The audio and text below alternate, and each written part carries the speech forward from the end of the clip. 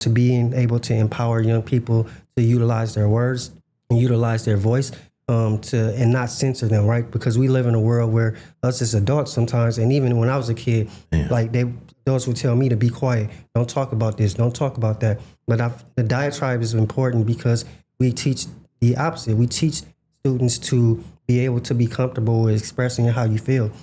If you can let a student voice what they're going through and be comfortable with that, and people identifying that, you never know what's going on in a young person's mind, right? Yo, what's up, everybody? You listening to the What I Know Now podcast about life inside the juvenile justice system and what it's like to turn things around after. I'm Bilal and I've been through it. And my name is Cole Williams. I am an advocate, a father, and I entered into the Juvenile Detention Center because my son was there.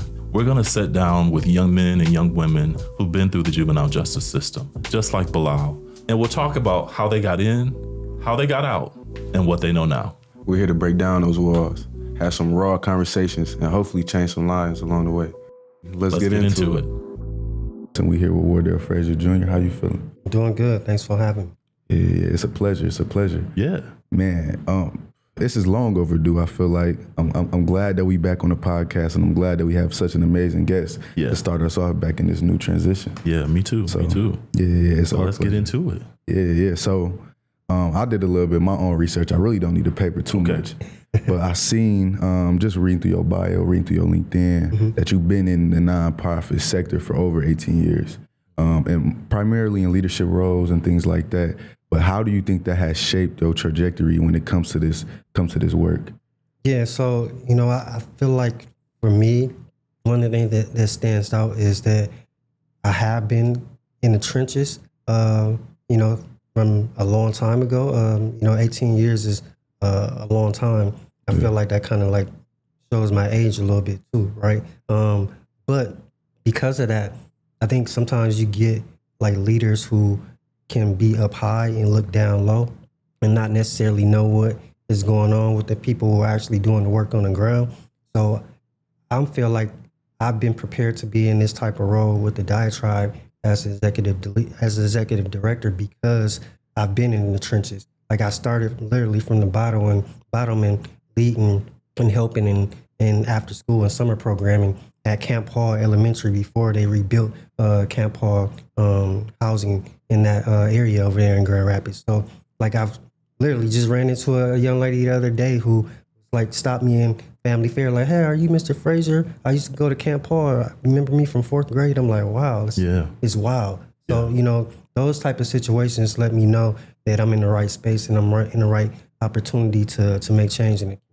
Yeah, and to me it shows. Our first time meeting, we was at Caring for Children event a couple weeks ago, and just your eagerness to learn, how you came up and you was willing to learn. You was so charismatic just to learn and reach out and build connections and collaborate. You could tell you exactly where you're supposed to be. You worked hard to be there. So I definitely want to congratulate you on that. Thank you. Wardell, this makes me, after just hearing you talk about your history, this makes me want to ask you a question that I think we don't often talk about, but I think it's important, is servant leadership. So, because what I heard you just describe is servant leadership, but I'm really curious to hear how you would define servant leadership and how that reflects like your start to where you are right now. That makes sense. Yeah, like one of the things that I told my staff at the Diatribe when I first came in is that, when our building is completed and I'm walking around the building and I see some trash that's on the floor, like I'm not that type of person that's going to ask somebody else to clean up that trash. I'm the type of person, if I know where the broom is at and I know where the dustpan is at, I'm going to grab the broom and I'm going to grab the dustpan and clean it up, because I want to be that person that shows you that, I might have a title, but that doesn't define who I am. When I'm out in the community, and hopefully people will tell you this, but if they ask me, where do you do, or what organization do you work for? And if they ask me what I do, I say I work for the Diatribe. I never say I'm the executive director of the Diatribe. I let them bring that out. And then when I tell them that, they're like, oh, they feel like I'm much more important than I was 5 minutes ago. Yeah. And I'm like, no, let me be that servant in the community, because I think that the community is going to see me as a community member before they see me as having a title. of being someone with privilege and power in the community. Yeah. And I thank you for illustrating that, because as a new executive director of the Delta Project, I feel the need to always have to say, I get nervous even saying executive director, because I know that it's the same experience. I've had to build this from the ground up, but most importantly, I was setting up tables. I remember setting up tables, passing out cards. I remember interacting with the community. And it's like, for me, it's like, the title is just the title, but that's it. It's really about connecting with the work and the people that we serve. So I think that's really important for our listeners to I think, know that it's just really the title. That's all. That's all. And when you get past that, we're really just humans trying to do this work. Exactly. Yeah. So I appreciate that, man. Sure. Yeah. We are trying to navigate. In 2018, you and your wife co-founded a nonprofit aimed at impairing life skills for middle and high school students. Can you share a little bit like how that shaped your image on how you view and how it could impact the community, and what was the importance of that? Yeah, so that right there is like my baby, right? Like we, to have something that to be built from the ground and built with my wife, like is amazing, right? And it all started because when I lived in Florida, I was working for like this amazing organization. And when I tell you, like, they did everything under the sun, from having a literacy program to having it being a licensed child development facility, serving, pre-K all the way up to 12th grade, after school summer program, a pantry, like teaching English, teaching citizenship classes, like everything. In Naples, Florida is where it was at, one of the wealthiest places in the country. So I got to rub elbows with all these, multi-million-dollar people. And then I had this program, and they were like, I got gaps in my program that I had to fill. And I noticed that specifically my male students, who are pretty much all minorities, youth of color, they lacked basic life skills. And my job was to input project-based learning activities in the form of making them kind of like a sit-in of 30 to 45 minutes lessons for a project attached to the end of it. So I noticed that they were lacking these life skills. So I'm like, okay, boom, I got some money that I can move around. I got some wiggle room to input a new program. So that's how I created SWAG. And it was meant to teach young people, and it is meant to teach young people life skills that aren't necessarily taught inside the classroom, because teachers already got a curriculum that they're told to teach, and they don't have the money to teach these life skills like social etiquette, financial literacy. Now that's kind of like getting some traction, but public speaking skills, entrepreneurship, the importance of education, teaching them culinary skills, money management, teaching them about credit. Nobody was teaching them about that. Tying a tie for a young man is huge. Young ladies got a hold of the program and was like, hey, Mr. Frazier, why can't we have a SWAG program? So then I opened it up to young people, to all young people. My wife tugged on me like for a while, and she was like, let's move back to Michigan. We moved back, and my wife was like, why don't you just create your own organization using SWAG and make it into a nonprofit? And that's exactly what we did. Now, when I tell you, like literally, like we were doing stuff like with no funding. Yeah. Like Boys and Girls Club was the first opportunity that I had when I came back to just let me go in and teach my curriculum. And it took me a while to get to the point where I can actually start paying people to help me with this program. And I'll make this short, but we just got to the point last week where we finished one of our college and career readiness programs. So like, that's what it's all about, right? Like that type of opportunity prepared me to move into a space like the Diatribe, for them to see like this brother built something from the ground up himself, and he's been working in the community for so long that it makes sense for me to be able to step into a role like this and help lead this organization, and especially in such a pivotal time where we're at right now with this capital campaign. Yeah. So I got a question, but I'm going to save it to the end. But the question I'll ask before that is, tell us about the Diatribe, because there are going to be listeners that don't know anything about the Diatribe, that are not from Grand Rapids. So can you give us a layout of the Diatribe and what brought you to it? Why the Diatribe out of all the organizations and nonprofits that we have in Grand Rapids? So yeah, the Diatribe is an organization that has been around since 2016, and they started out, a bunch of artists started out, volunteering in the school, and for a career day, right? And they got some positive feedback from teachers, they were asked to come back, and that partnership kind of continued. They continued to go into the classroom, and they continued to teach these workshops about spoken word and poetry. And then it just started to move very quickly in terms of developing a curriculum to reach young people through spoken word and through poetry, but doing it in a restorative advocacy type of way, to being able to empower young people to utilize their words and utilize their voice, and not censor them, right? Because we live in a world where us as adults sometimes, and even when I was a kid, like adults would tell me to be quiet, don't talk about this, don't talk about that. But the diatribe is important because we teach the opposite. We teach students to be able to be comfortable with expressing how you feel. And I say this because I'll mention this because, and it might be deep, but I truly believe that a diatribe is so important that giving students the opportunity to voice how they feel could very well stop school shootings. If you can if you can let a student voice what they're going through and be comfortable with that, and people identifying that, you never know what's going on in a young person's mind, right? So it goes to that extreme for me. And going to the diatribe, it made sense because I was coming from a position, from a place where I didn't feel happy, right?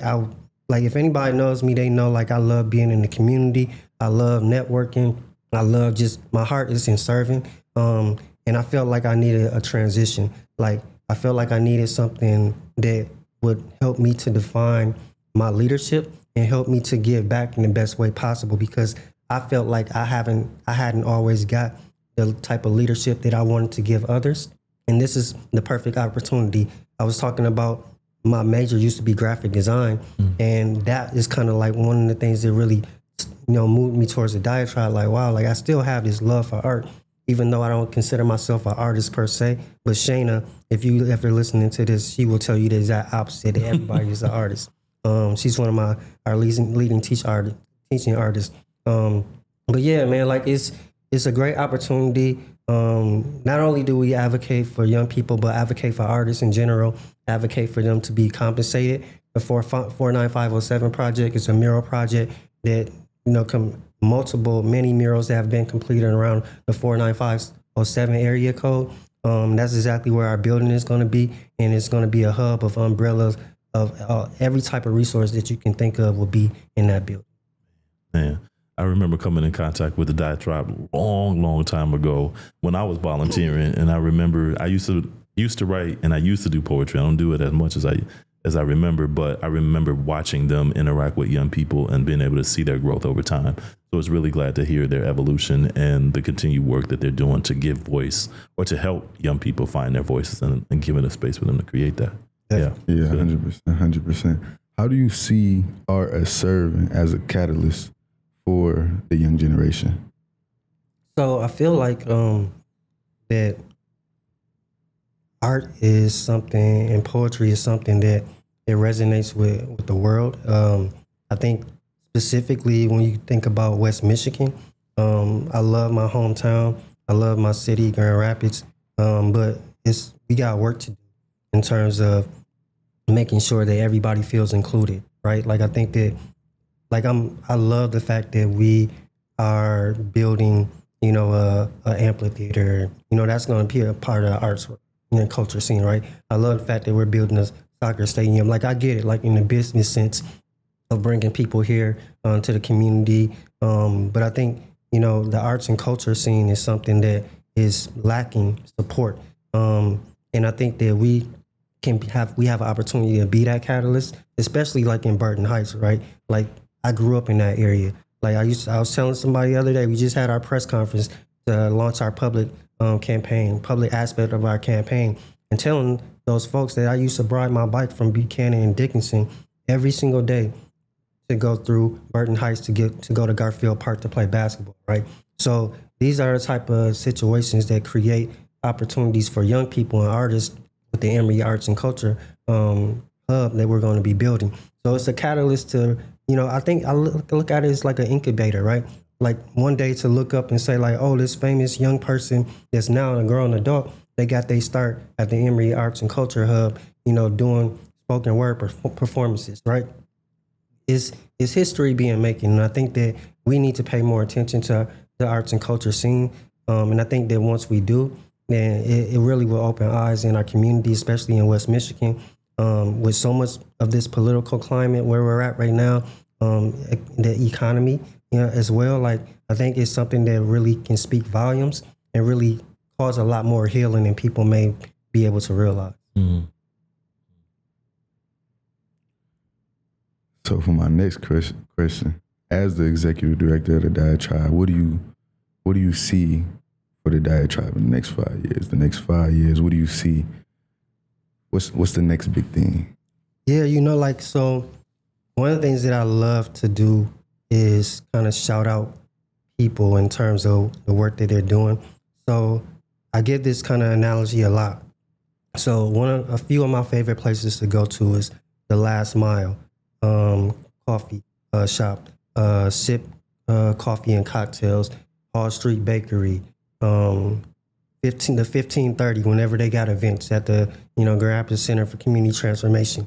I mention those places because if you've been to those places, when you walk into those places, before you even get there, you're already thinking like, man, like, it's probably going to be somebody in there that you know. It's probably going to be somebody in there that you maybe have wanted to be connected to. We feel safe and we feel like cool when you go into those type of places because of the environment that it presents, because of the aura, right? And I think that the Diatribe and the Emory has the opportunity and the potential to be those type of spaces. Like, you walk in to the Emory and it's going to create that safe space. It'll be affordable housing. It'll be an event space in the basement for the community to take advantage of renting out. It'll be, that event space will be used for artists to perform. We'll have one studio apartment that will be just solely kept for residency for artists who come out of town to perform. It'll be the permanent space for our after school and summer programming as well. In addition to that, it'll have 4 retail spaces.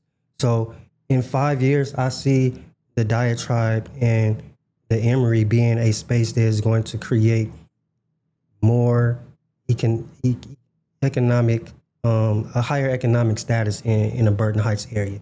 I see it as a place where anybody can walk in there, black, white, like, whatever gender, whatever age, can walk in there and you can feel included. And you can walk out knowing that this place has your back. And when you talk about a hub, I think that we have the opportunity to be just that, anything under the sun. People who want to know, be interested in home ownership, entrepreneurship.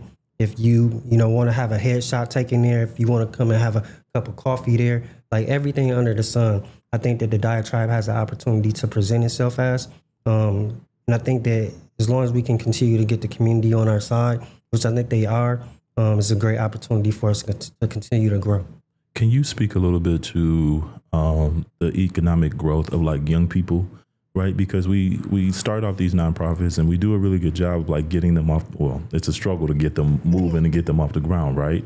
But I think oftentimes what Bilal has talked about and others have talked about is this concept of like connecting the dots to the community. So although there's a hub, although there's this location that's in the community, I may not necessarily go there. There may not necessarily be, arts and culture may not always be for me. Yeah. But I'm wondering, for those who are involved in the space, how do you foresee elevating lived experience young people from just going from talking and sharing their talent to like elevating them to being a part of Diatribe? Can you speak to that a little bit? Yeah, for sure. Yeah. So one of the things that we talked about, if someone is involved in the Diatribe itself, I'm really huge on student leadership. And like even in the organization that my wife and I founded, we created a student leadership council. We've talked about doing things like that at the Diatribe because I feel really important. It's really important and imperative to get young people's perspective first.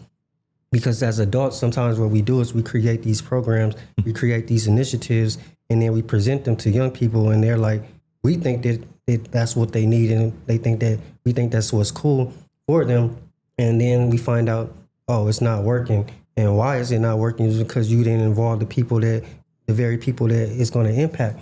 So I strongly believe that in order to reach the young people, we have to bring them in. So I could see us doing like listening sessions with young people that help us build different programs that have with the Diatribe or partnerships with the Diatribe, or like even, partnering with other programs that even if it's not necessarily an arts and culture program, but maybe our program is doing something similar to another program, and we're partnering and leading certain initiatives. I think that's important to consider.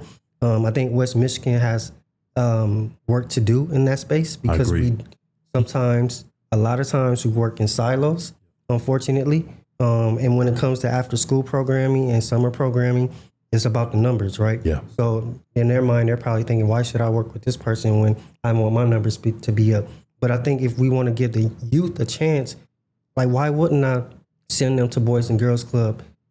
I mean, just think about it. The Emory is not going to have a gym. So what's the closest space I can think of is either Burton Middle or Boys and Girls Club. Like, I mean, we got to use our resources, right?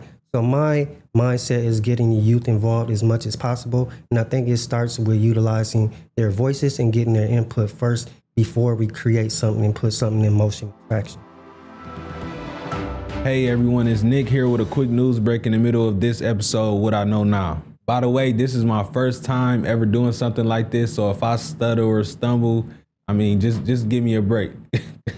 First things first, the Delta Project has officially moved into our new location, and we couldn't be more excited about what this means for the young people we serve and the impact we're building together. There's going to be a lot of updates coming out of this new space, new programs, events, and ways to get involved. So make sure you're signed up for our newsletter. Head over to the deltaproject.co and hit that subscribe button so you never miss a beat. Now to some important news out of Lansing. Earlier this month, the Michigan Senate passed SB 156, also known as the Corrections Ombudsman Bill.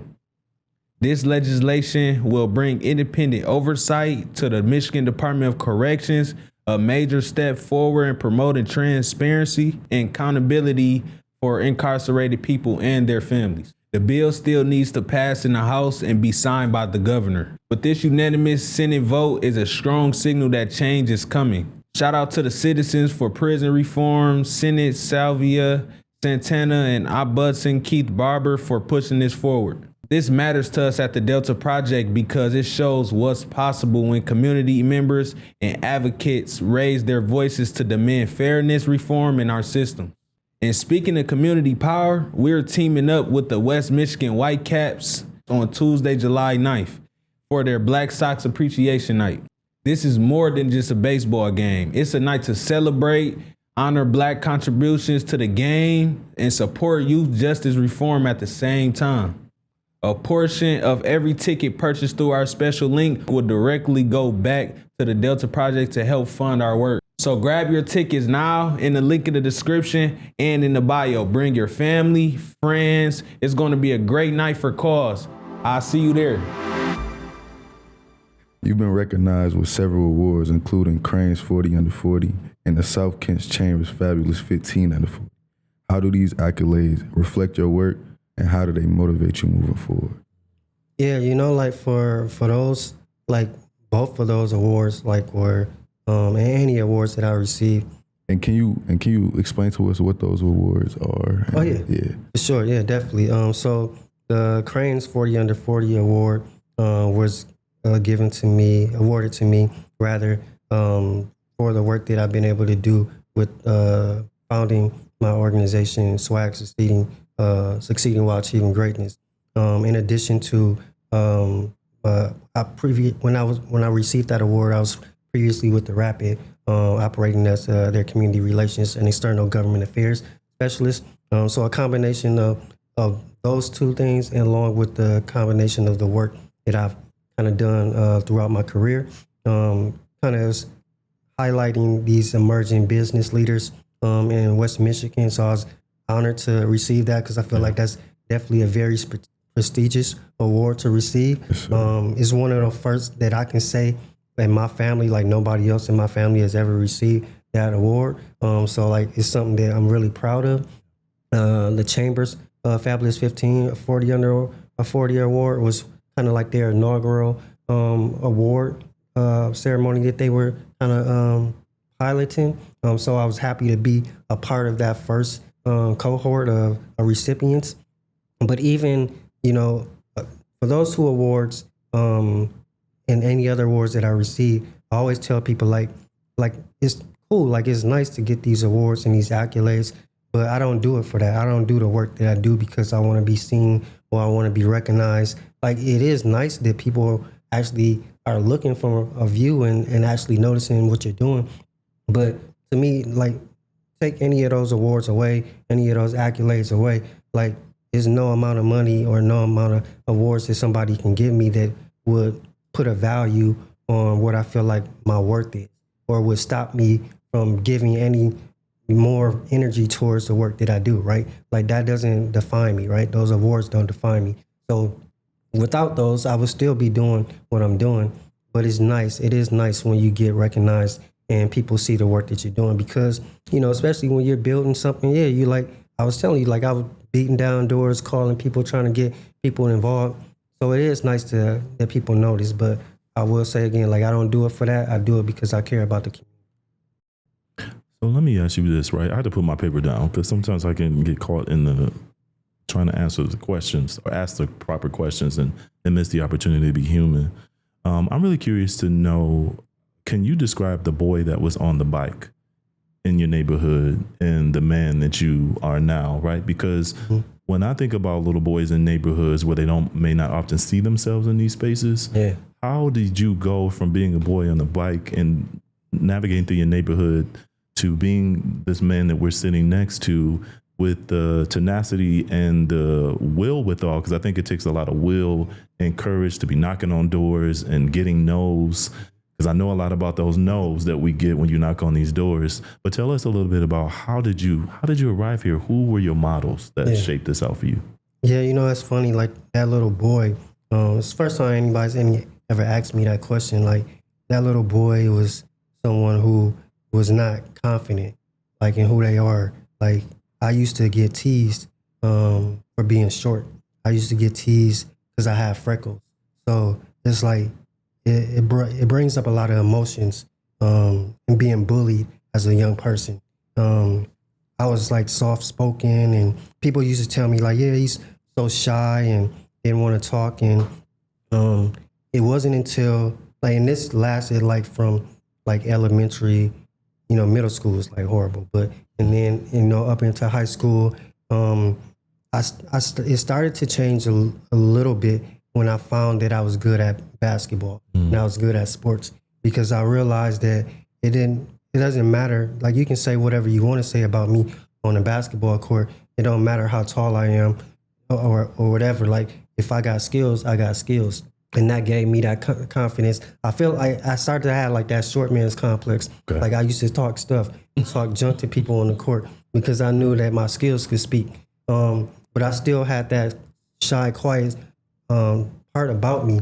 And it wasn't until I moved into going to college and I took a public speaking class, and it changed my whole life. Like, it empowered me to understand the importance of words.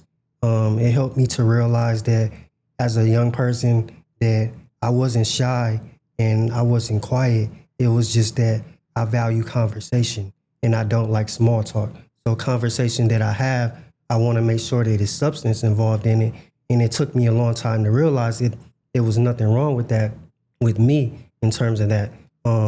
So then as I started to grow and I realized that people actually listen to me when I speak with conviction and I speak with emotion. And I'm still sometimes, like, even at home, like, I'm still reserved. Like, at home, I could be like soft-spoken. I just like being by myself sometimes and doing my thing. But when I get involved on a stage, or I get an opportunity to speak to people, like, I feel like I have an obligation to speak truth, especially to young people, speaking to that young boy that maybe a lot of people didn't speak into. And I'll be honest, like, my parents were great. Like, my dad stayed, and my mom and dad, I grew up in a 2-parent household. My parents were great. Like, I didn't lack any of that, like some of my friends, but I still lacked confidence as a young person. So when I got an opportunity to work with young people as a a young adult, that really changed me. It helped me too, to come into my own. And it just kind of flowed naturally up until this space now, seeing these young people, like I talked about the young lady I seen in Family Fair. Like, that's the type of things that continue to help me and drive me in this motion and this dream to make the world a better place. When I see the results, because I've seen the bad results as well, unfortunately, with students that I know personally who are no longer living. But then when you see those good results of young people that remember you from almost 20 years ago, and they're grown, they got kids, they're respectful, and they know who you are, you feel like you had a piece of that and you had a part in doing that. I know you said like you love art, you love word, you love poetry. When would you say that you fell in love with that? Would you say that was an outlet for you when you was younger? Is that something you found when you was younger? Was it in college? Kind of when? Can you tell us like the transition of when you kind of fell into that role? Yeah, like my dad, he used to work. He still works at Bentley Automotive. Like, been working there for a long time and worked his way up into a position where he's just like chilling, like he's just doing his thing.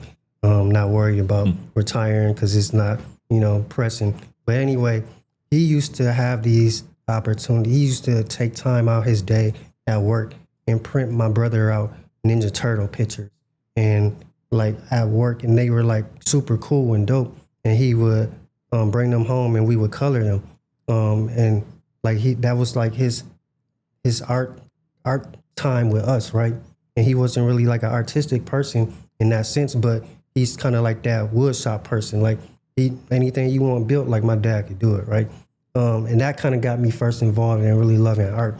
And then it spiraled into going my junior year at my sophomore year at Central High School.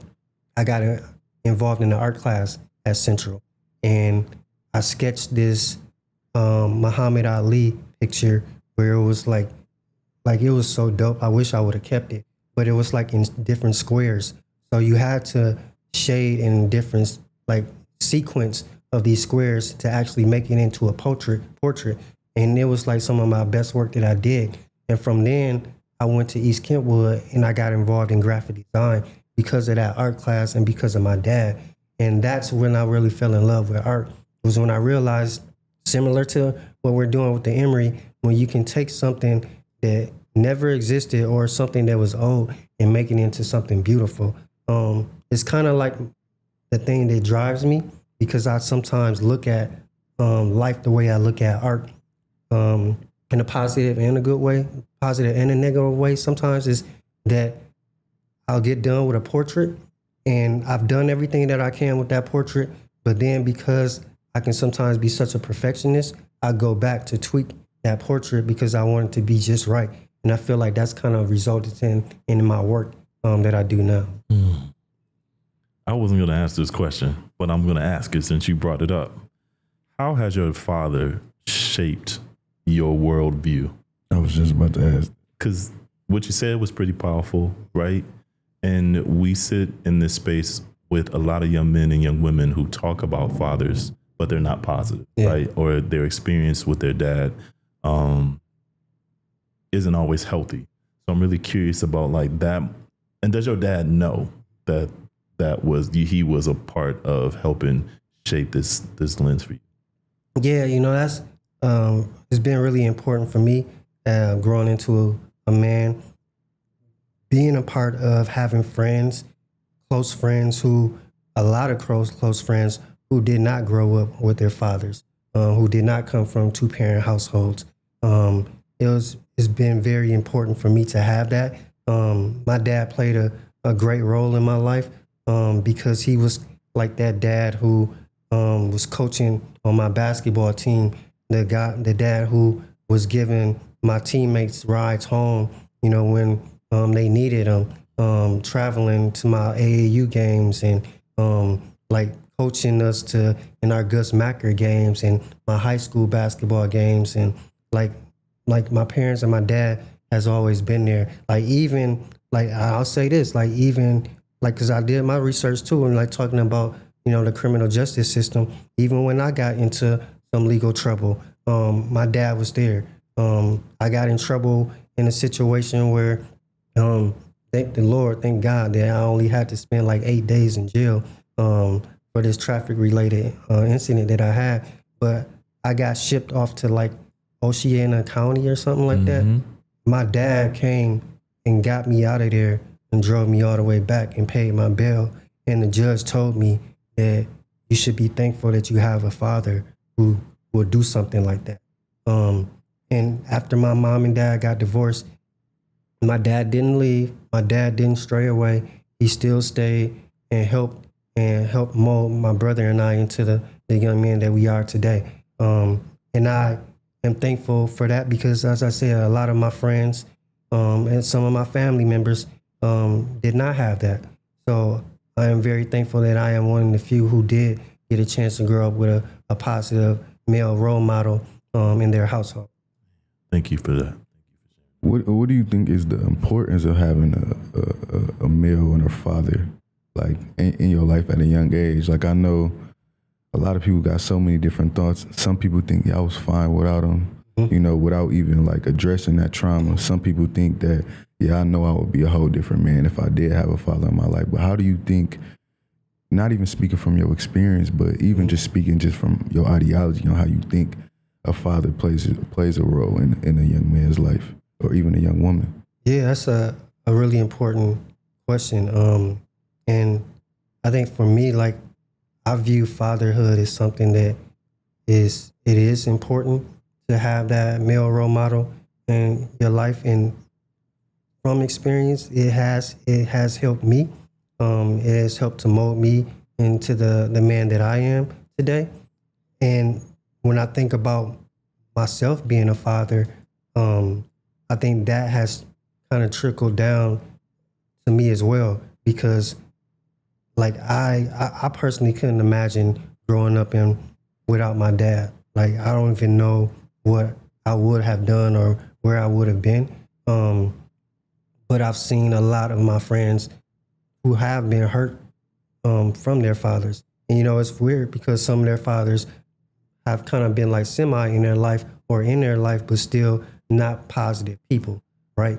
So yeah, like I can't even imagine how those individuals felt not having their fathers, especially for young Black men in the world. Like, I mean, like my dad kept me away from family members because he wanted me to stay on the right path. Like, that's how like important he was to our family structure. Like, he didn't care who you was. Like, just because you got blood, we share the same blood.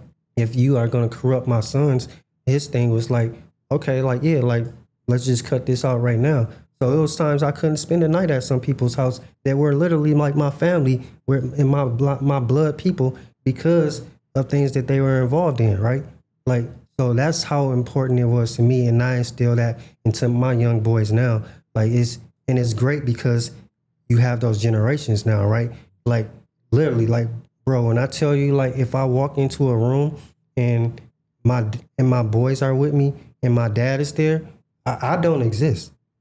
Like, I'm not the one who they worried about. They running straight to my dad. Yeah. So he's getting that second generation from having two boys of his own to now having grandkids who love him just as much. So like, it's been a blessing, and my heart goes out to those young men who don't have that, because I feel like I don't know where I would have been if I didn't have my dad in my life. Serving on various boards and committees such as the Black Legacy Fund and the Community Relations Commission, how do these roles complement your work at the Diatribe? Bilal, can you restate that? Yeah. So, because it sounds a little choppy. In and out? Yeah. Serving on these various boards and committees such as the Black Legacy Fund and Community Relations Commission, how do these roles complement your work at the Diatribe? Yeah, so, you know, one of the things that I've always been passionate about is, well, let me back up. So, starting out in my career, I realized that just like many others starting out, that they want a seat at the table, right? And you fight so much to get a seat at the table to have your voice heard, right? And somebody told me a long time ago that I needed to work on the brand of who I am as an individual and work on creating my own table first before I worry about being invited to somebody else's table. And then those invites will come from other tables. And that's what I did. And once I started to get kind of more acclimated in my career and growing, those opportunities presented themselves.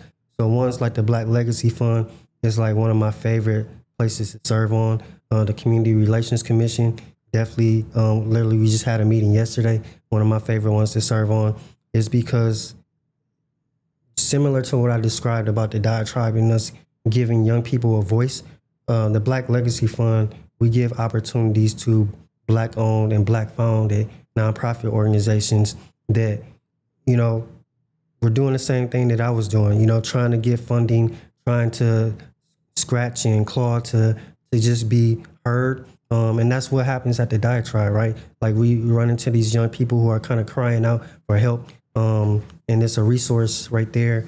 And I want to be able to help them with that resource. So that's been amazing to be a part of that committee, giving out funding to grassroots organizations. It's so dope to see them blow up and do these great projects and initiatives. And then a couple years down the line, like now their budget has grown X amount of dollars. Like it's just a dope process to be a part of. And real quick with the Community Relations Commission, like that one is great because one person can go up in front of the city commission meetings and voice their concerns about things that are happening in the community. But it's great when a body can do that on your behalf for you. So that's what the commission, our Community Relations Commission, can do. It offers the opportunity for the community to come in and say like, hey, this is an issue that I have. I'm bringing it to Community Relations Commission. And if we feel like that's something that we are able to take on, then we'll get involved and we'll bring that to the city commission to consider as a way for us to be an advocate as an entire body instead of leaving it on just one community member to do it themselves. So the correlation in that resulting kind of transferring over into the Diatribe is similar, right? Like we want to be that organization that helps to be the voice for the ones who don't feel like their voice is being heard. We want to be the ones who, we can speak more as a community, as a body, more than just one individual speaking up and trying to have a bunch of people having them being heard. Now times it's kind of a little bit easier with Facebook and social media, Instagram and X, and right, because you can go viral and just like that, right? But I think the biggest piece of promotion and getting things out is always going to be word of mouth, right? So I think that it presents that opportunity for us. Can I ask you a question? How old are your children? So my youngest is 5. His name is Roman. He was diagnosed with Down syndrome as a baby, but super like happy and dope and like doing amazing things as a little guy. My youngest is Ellis, and he's 3. And he is like he runs the house. Like literally, like he's the one in charge. Yeah. So I'm really happy that, and also as I shared previously with some of the crews, that we actually have another baby on the way. Okay. Another boy. Congratulations. So yeah, I guess, and this is the last one, so I'm gonna just have to be a boy dad for life. So.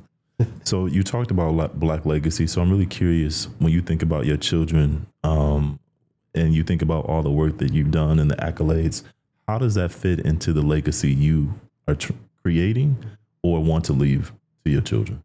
Yeah, I hinted at this in a post earlier this week because I was talking about giving out that scholarship, and it was a milestone because not necessarily for any funding that I might get for an organization or any awards that I get for organization or like support. It's always kind of like, here, there, like, and I'll be honest, like I've gotten more support from people who don't have the same color skin as me than from the ones that do. It's just facts. And at the end of the day, I stated is that regardless of any of that, like their approval doesn't matter as much to me than my children's.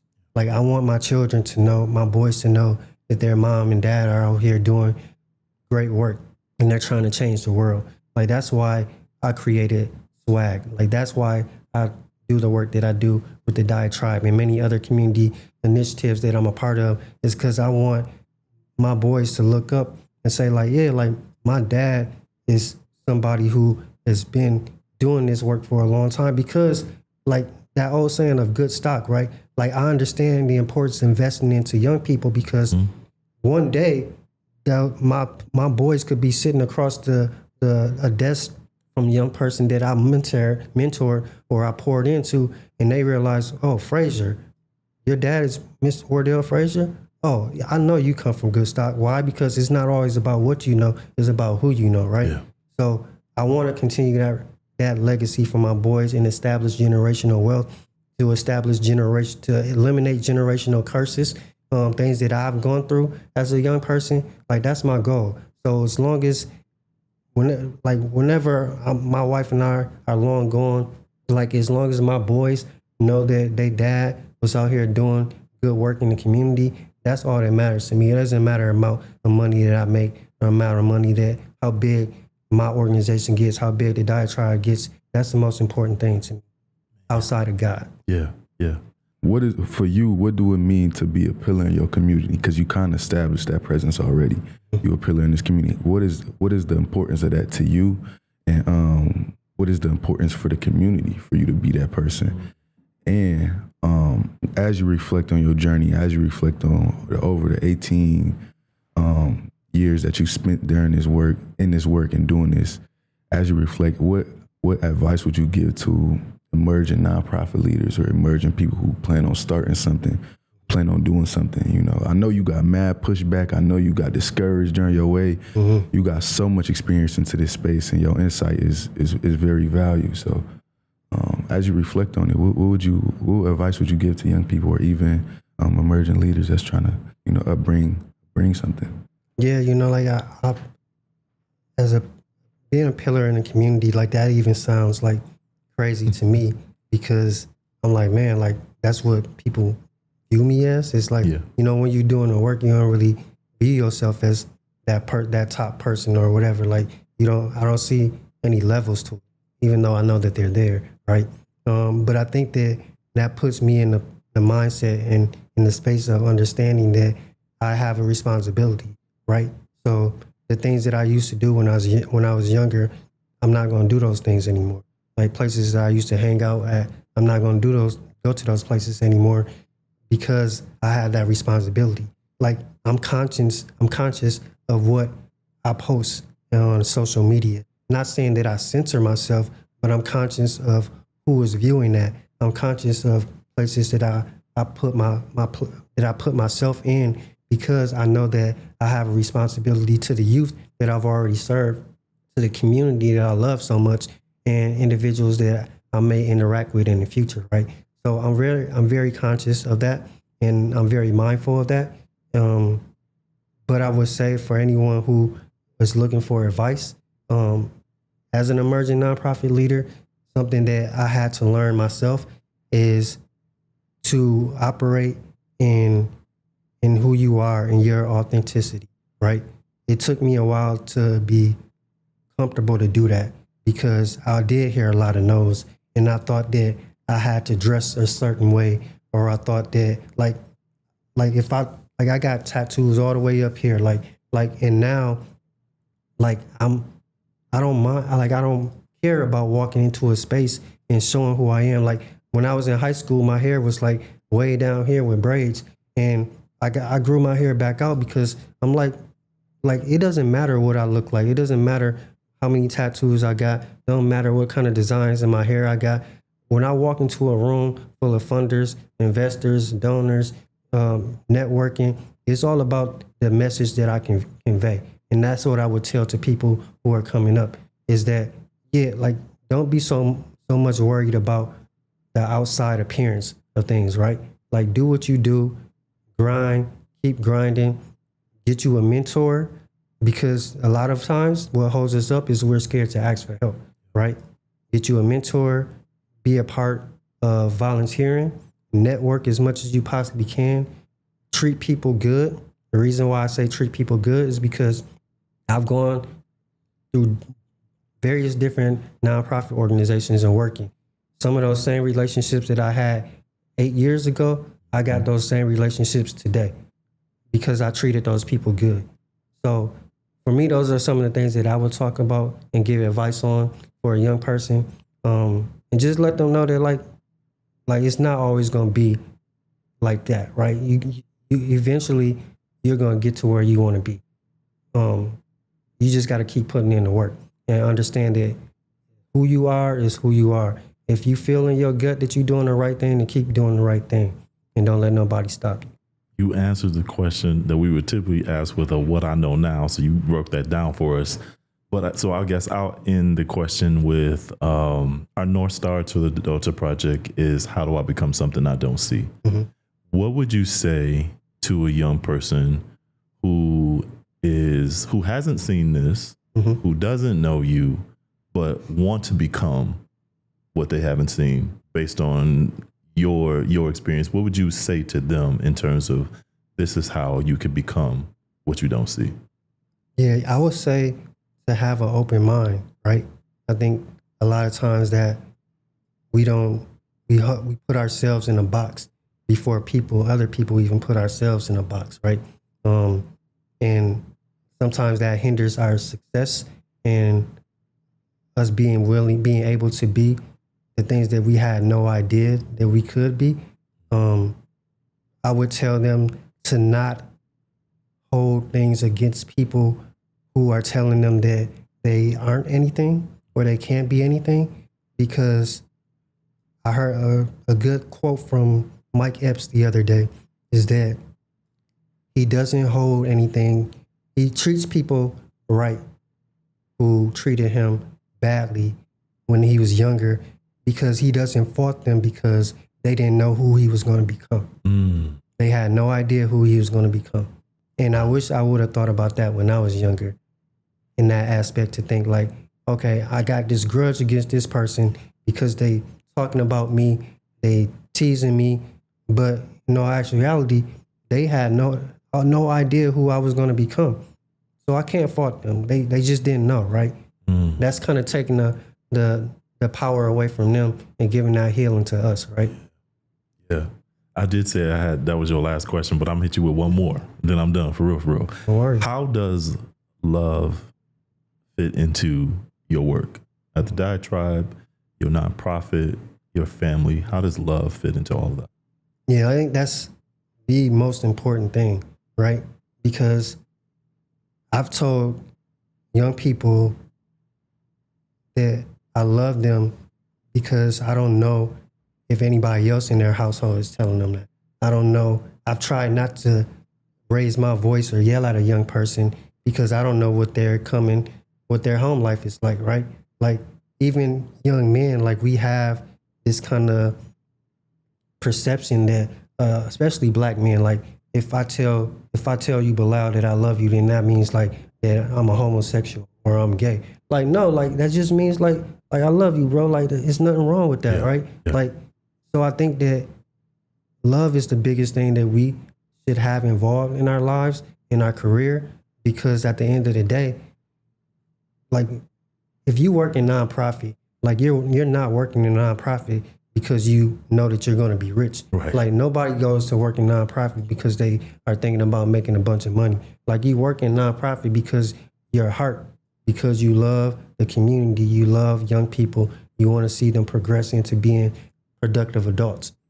And so for me, that it flows through my home life. Like my wife, I have to give her a shout out because if she sees this and I didn't give her a shout out, she gonna wring my neck. But I experienced a lot of hurt in my life with relationships prior to her coming in my life. She has made me a better man. She has helped me to grow. She got her master's in human resources. So when I was struggling with stuff with staff and like still to this day, like she's my go-to, right? Like, so I got to give her up to having a support system because she is my support system, right? So it translates through all avenues of my work in my life, from family to the nonprofit world, to the community world, to the volunteering world. Like love, it has to be the center of everything, right? If we're going to drive out any hate, you know what I'm saying? Like it has to be through love, right? Man, thank you. Appreciate you. Thank you, guys. You heard it here first. Show love, be open, be kind. Yeah. Thank you for listening. Check out our programs on the Delta Project's website, thedeltaproject.co, and be sure to follow us on Spotify, YouTube, or wherever you get your podcasts.